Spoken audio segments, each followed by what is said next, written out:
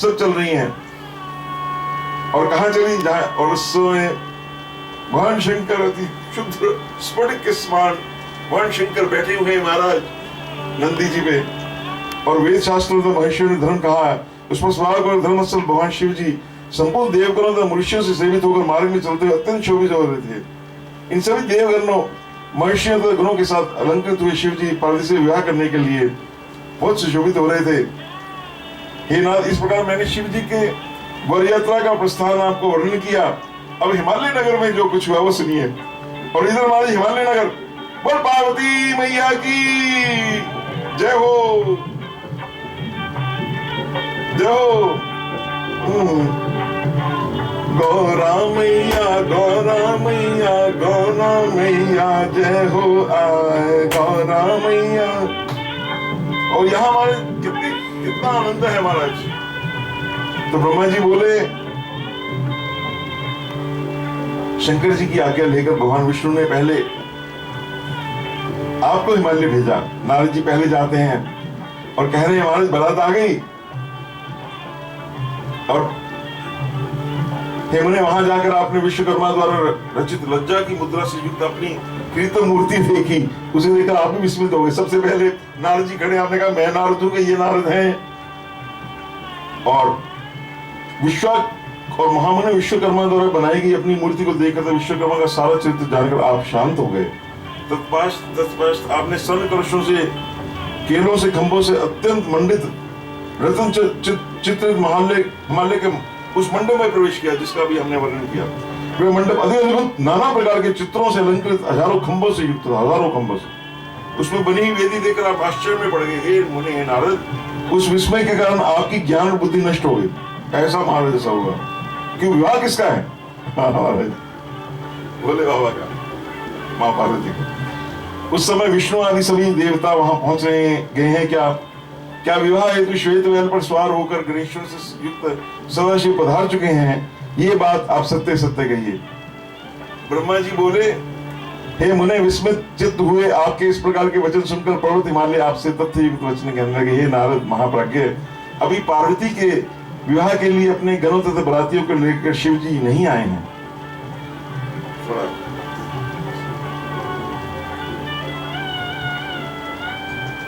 इसकी बड़ी सुंदर एक 2 मिनट साहब को एक सुनाती बात।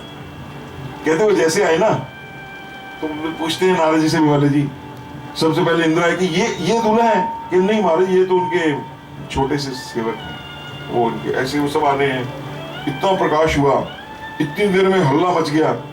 भगवान विष्णु आ गए। उनका रूप तो ऐसा था कि देखकर हनुमान भी आश्चर्य से चकित हो गए। तो उन्होंने कहा महाराज यही दूल्हे हैं पक्का? नहीं महाराज, ये तो उनके सखाए हैं। ये देखकर महाराज जब शिव नहीं आए वो तो उनका क्या रूप होगा। तो ये महाराज उस समय की सारी वही कथा हमारे जो संत लोग हैं इसको थोड़ा खूब इसको आनंद से सुनाते हैं, मनोरंजक रूप में सुनाते हैं। आप उत्तम बुद्धि से विश्वकर्मा रचित चित्र जानिए। आप आश्चर्य का त्याग कर दीजिए, स्वस्थ हो जाइए और शिव का स्मरण कीजिए। आप मुझ पर कृपा करके भोजन का विश्राम करके मैनाक आदि पर्वतों के साथ शंकर के समीप जाना। हे महामते, जिनके चरण कमल की अर्चना देवता तथा असुर भी किया करते हैं, उन शिव की प्रार्थना कर आप भी इन पर्वतों के साथ देवताओं तो महर्षियों सहित उन्हें यहाँ शीघ्र ले आइए, उनकी अगवानी के लिए जाइए। ब्रह्मा जी कहते हैं, हे नारद, तब आपने तथास्तु कहा और वहां का सारा कृत्य अच्छी तरह संपन्न करके भोजन करा फिर नारद जी ने। और हिमालय के पुत्रों से बड़ी प्रसन्नता शीघ्र शिव जी के समीप आए। और तब उन पर्वतों ने, जो उनके भाई थे सब, उन्होंने बड़े भक्ति भाव से भगवान शिव के चरणों में प्रणाम किया। अनेक प्रकार के अलंकारों से युक्त मैनाक सैया मेरु आदि पर्वतों को देखकर संदेह से आकुल मन वाले मैंने विष्णु ने इंद्र से युक्त देवताओं एवं रुद्र अनुचरों ने विस्मित होकर आपसे पूछा, हे नारद, आप तो आश्चर्य से चकित दिखाई पड़ते हैं। हिमालय ने आपका सत्कार किया या नहीं? हम लोग ये विस्तार से पूर्वक, ये महाबली मैनाक ये किस उद्देश्य से आए हैं यहाँ? अब ये बताइए कि पर्वतराज हिमालय का विचार है शिव जी को करने देने का? नहीं। इस समय हिमालय क्या हो रहा है ये सब विस्तार से कहिए। अब नारद जी के पास सारा महाराज ये खबर है, खबरी है नारद जी। तो हे सुव्रत, जय हो, बोल श्री नारद महर्षि की जय।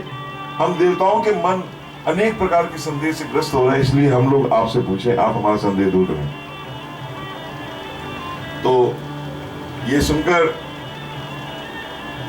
विश्वकर्मा की माया से विष्णु आपने उनसे कहा, हे मुने, आप मुझ विष्णु को और सभी देवताओं को ईश्वर सची के पति पर्वतों के पूर्व शत्रु तथा पर्वतों के पक्ष काटने वाले इंद्र को एकांत बुलाकर कहने के नारद जी कहले, विश्वकर्मा ने हिमालय के घर जैसे कारीगरी करी है ना, उसे देखते ही सभी देवगण मोहित हो जाएंगे। वे हिमालय तो उस कारीगरी के कौशल से सारे देवताओं को प्रेम पूर्वक युक्ति से मोहित करना चाहते हैं। हे शचीपति, आपने पूर्व काल में विश्वकर्मा को भुलावे में डाल दिया था, क्या आप उसे भूल गए हैं? इसलिए आज आपको जीतने की इच्छा से वहां तो बड़ी तैयारी हो रही है महाराज। हिमालय के घर में विराजमान है, उन्होंने मेरा ऐसा चित्र बनाया कि मैं ही मोहित हो गया। विष्णु ब्रह्मा सब बना रखे हैं, अधिक क्या कहने से लाभ, ये इतनी कुशलता से बनाया कि यथार्थ देवताओं के रूप में किंचन मात्र का भी भिन्न नहीं है, फर्क बिल्कुल नहीं है। परिहास करने के लिए सभी देवताओं की ये मायामयी चित्र रचना की है, ताकि देवताओं में मोह उत्पन्न किया जाए, वो हो जाए। ब्रह्मा जी बोले, इस पर नारद की वजह से भय से व्याकुल देवेंद्र ने विष्णु जी को देखकर, हे देवदेव रमानाथ, आप भी बताइए, ये विश्वकर्मा ना त्वष्टा पुत्र है। विश्वकर्मा जो है ना, इनके पिता को इंद्र ने मारा था। कहीं ऐसा ना कि वह इसी बहाने मेरा वध कर दे। ये सुनकर जनार्दन ने समझाते हुए कहने लगे, अरे विष्णु जी कहने लगे, हे शचीपति, आप कैसी बात करते हैं? आपके वैरी निवात कवचादि दानवगणों ने महाविद्या के बल से पूरे समय में भी आपको मोहित किया था। इसी प्रकार आपने मेरी आज्ञा से पर्वतराज हिमालय के अन्य दूसरे पर्वतों के पंख का छेदन किया। इस कारण ये पर्वत भी उसी माया को देकर सुनकर आपको जीतने की इच्छा करती। सभी मूर्ख हैं, पराक्रम नहीं जानते हैं, अतः आप इनसे भयभीत ना हो। मैं हूं ना, इसमें कोई भी संदेह नहीं है कि भक्तवत्सल भगवान सदाशिव हम सभी का मंगल करेंगे। इसी प्रकार व्याकुल हुए इंद्र को देखकर विष्णु ने उन्हें समझाया। तब लौकिक गति का आश्रय लेने वाले भगवान शिव उनसे कहने लगे, हे हरे, हे सुरपते, आप लोग आपस में क्या विचार विमर्श कर रहे हैं? ब्रह्मा जी बोले, उन दोनों से इस प्रकार करके, हे मुने, पुनः आपने कहा, महाशैल ने क्या कहा है, आप यथार्थ रूप से सारा वृतांत कहिए, आप उसे गुप्त न रखें। आप शीघ्रता से बताइए कि शैलराज की कन्या देने की इच्छा है अथवा नहीं है। ये भगवान शिव कहते हैं, और सारा वहां का क्या वृतांत है बताइए। ब्रह्मा जी बोले, जब शिव जी ने आपसे ये कहा, तब आपने दिव्य दृष्टि से आपने मंडप में जो कुछ देखा था सब एकांत में इस प्रकार कहा कि हे महादेव, आप मेरा शुभ वचन सुने। इस विवाह में किसी प्रकार के विघ्न नहीं है, ना तो किसी प्रकार का भय है। शैलराज निश्चित रूप से आपको अपनी कन्या देने जाते हैं, और ये पर्वत जो उनके भाई इसी निमित्त से आपको लेने की इच्छा से है, इसमें कोई संदेह नहीं है।